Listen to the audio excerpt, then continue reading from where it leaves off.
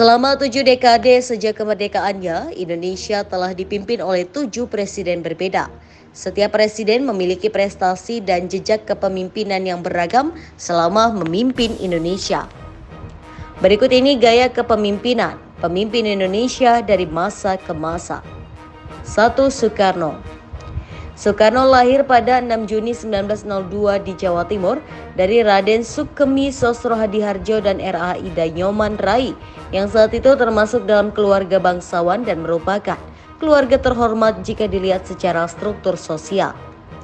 Sebagai seorang pemimpin, Soekarno disebut sebagai sosok yang sempurna, terlebih dalam memimpin negara Indonesia yang sangat luas dan beragam ini. Soekarno tidak hanya berkarisma dan berwibawa, tetapi ia juga seorang cendekiawan dan ideolog. Jika melihat dari gaya kepemimpinannya, tidak diragukan lagi kalau Soekarno masuk dalam golongan pemimpin bergaya karismatik, yang mana dirinya memiliki daya tarik, berwibawa, serta energi yang luar biasa, sehingga mampu mempengaruhi orang lain untuk menjadi pengikutnya. Soekarno sangat ahli dalam mengubah persepsi orang lain sehingga menjadi sama dengannya, serta mampu membuat mereka agar mau mengikuti perintah dan keinginannya dengan senang hati. Kepemimpinan Soekarno memiliki prestasi untuk Indonesia, yaitu semangat revolusi yang membuahkan kemerdekaan. Keberhasilan pertama yang tidak akan pernah dilupakan dari Soekarno ialah bagaimana ia mampu mengobarkan semangat revolusi di tengah-tengah masyarakat Indonesia, yang mana hal tersebut akhirnya membawa Indonesia kepada kemerdekaan di tahun 1945. Gerakan non-blok di bawah kepemimpinannya, Soekarno tercatat berhasil membentuk gerakan non-blok atau GNB pada Konferensi Asia Afrika yang dilaksanakan di Kota Bandung pada tahun 1955, menyatukan Papua Barat ke NKRI. 2. Soeharto. Jenderal Besar TNI Haji M. Soeharto adalah presiden kedua Indonesia yang menjabat dari tahun 1967 sampai 1998 menggantikan Soekarno. Di dunia internasional, terutama di dunia barat, Soeharto sering dijuluk dengan sebutan populer The Smiling General karena raut mukanya yang senantiasa tersenyum dan menunjukkan keramahan. Meski begitu, dengan berbagai kontroversi yang terjadi, ia sering juga disebut sebagai otoriter bagi yang berseberangan dengannya. Sebelum menjadi presiden, Soeharto adalah pemimpin militer pada masa Hindia Belanda dan Kekaisaran Jepang dengan pangkat terakhir Mayor Jenderal.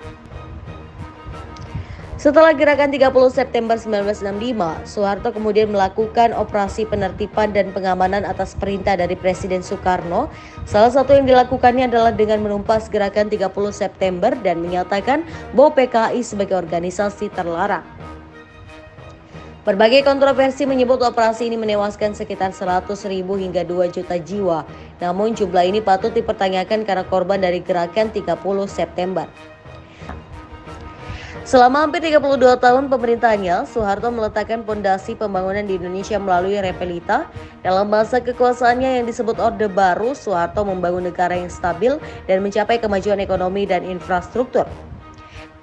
Dalam era ini, masyarakat mendapati harga bahan-bahan pokok yang terjangkau dan situasi keamanan dan ketertiban yang terjaga, juga tercapainya swasembada beras. Hal ini ditandai dengan medali From Rice Important to Self-Sufficiency dari Food and Agriculture Organization atau FAO pada 1984 yang diterima Presiden Soeharto. 3. B.J. Habibie. Baharudin Jusuf atau B.J. Habibie ialah jelas sosok yang penuh dengan rekam jejak keberhasilan dan milestone sebagai buah terwujudnya visi dan teori ke dalam realitas. Sosok multidimensional ini meninggalkan begitu banyak jejak kepemimpinan. Bukan hanya sebagai Presiden ketiga Republik Indonesia, lelaki kelahiran Parepare, Sulawesi Selatan 25 Juni 1936 itu semasa hidupnya meninggalkan begitu banyak inspirasi yang patut diteladani. Sebagai ilmuwan dirgantara, B.J. Habibie merupakan manusia pertama bukan hanya di Indonesia, melainkan juga di dunia, yang mampu memperlihatkan cara menghitung gejala perambatan retakan sayap pesawat terbang secara acak atau dikenal dengan istilah range propagation on random hingga ke atom-atomnya. Selain sebagai ilmuwan dirgantara yang dikenal luas, B.J. Habibie juga dikenal sebagai muslim yang soleh. Sebagai pribadi muslim, banyak pula jejak kepemimpinan yang ditinggalkan. Sama seperti pencetus teori relativitas Albert Einstein yang berpendapat bahwa ilmu tanpa agama adalah buta dan agama tanpa ilmu lumpuh, B.J. Habibie pun meyakini bahwa ilmu pengetahuan, keimanan, dan ketakwaan harus berada dalam satu kesatuan sinergis. Dalam konteks ini, jejak kepemimpinan Habibie pun begitu fenomenal. Tertarik sendiri.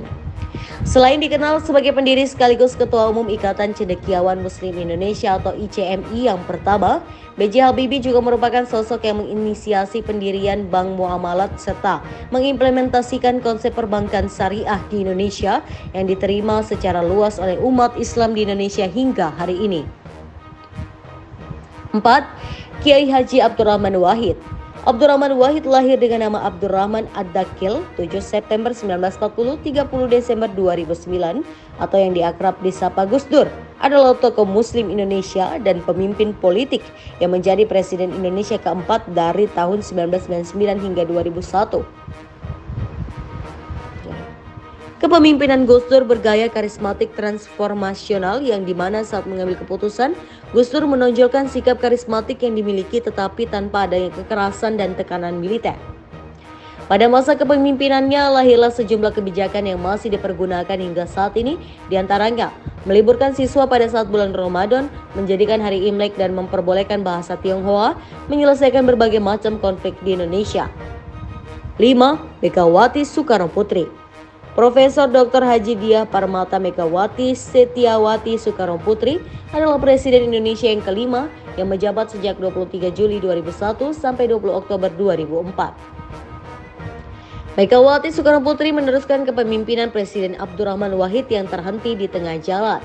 Dalam kepemimpinannya, Megawati lebih menonjolkan kepemimpinan dalam budaya ketimuran. Megawati adalah seorang pemimpin yang berkepribadian yang kuat, tidak mudah dipengaruhi oleh siapapun jika tidak sesuai dengan pikiran dan nuraninya tentang cita-cita NKRI. Baginya, visi dan misi bagi pemimpin bangsa ini tak bisa lain dari visi dan misi yang tertuang dalam pembukaan Undang-Undang 1945. Perubahan visi dan misi yang berbeda dengan pembukaan Undang-Undang Dasar 1945 justru harus dicegah. Megawati merupakan seorang yang tenang dengan kepribadian yang cenderung tertutup. Ia memiliki karakter dan wibawa yang kuat sebagai seorang pemimpin. Hal tersebut dapat dilihat dari kecermatannya untuk memahami berbagai konflik atau krisis yang terjadi dan kegigihannya dalam menekankan pemahaman anti kekerasan. Selama kepemimpinannya, Megawati juga dikenal tegas dan berpegang teguh pada prinsipnya, yaitu berpolitik dengan ideologi sesuai konstitusi dan mengutamakan kepentingan rakyat.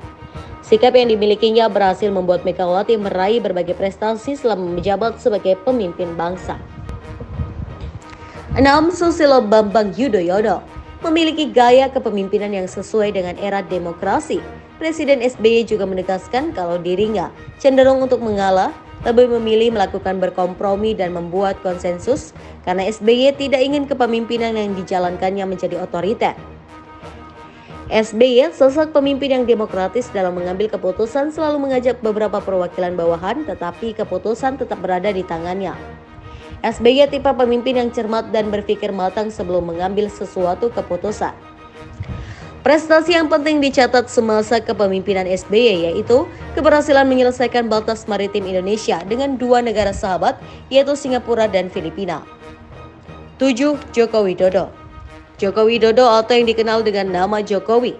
Jokowi lahir di Surakarta, Jawa Tengah pada tanggal 21 Juni 1961. Masa kepemimpinan Jokowi mulai 20 Oktober 2014 sampai sekarang. Jokowi dinilai memiliki gaya kepemimpinan partisipatif, yaitu selalu ikut atau terlibat dengan anggota saat akan mengambil keputusan atau kegiatan seperti tindakan belusukan yang sering dilakukannya.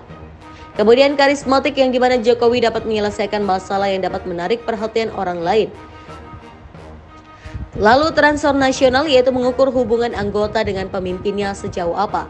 Dalam masa pemerintahannya, Jokowi mampu meratakan pembangunan yang ada di Indonesia, yang dimana infrastruktur dibangun tidak lagi hanya fokus di Pulau Jawa, tetapi di luar Jawa juga. Presiden Jokowi juga memiliki citra seorang pemimpin yang dekat dengan masyarakatnya. Jokowi juga memberlakukan program sosial seperti KIP dan BPJS yang tentunya sangat membantu masyarakat. Di era Jokowi jugalah ibu kota negara berpindah dari Jakarta ke Kalimantan Timur yang dikenal dengan Ibu Kota Nusantara atau IKN.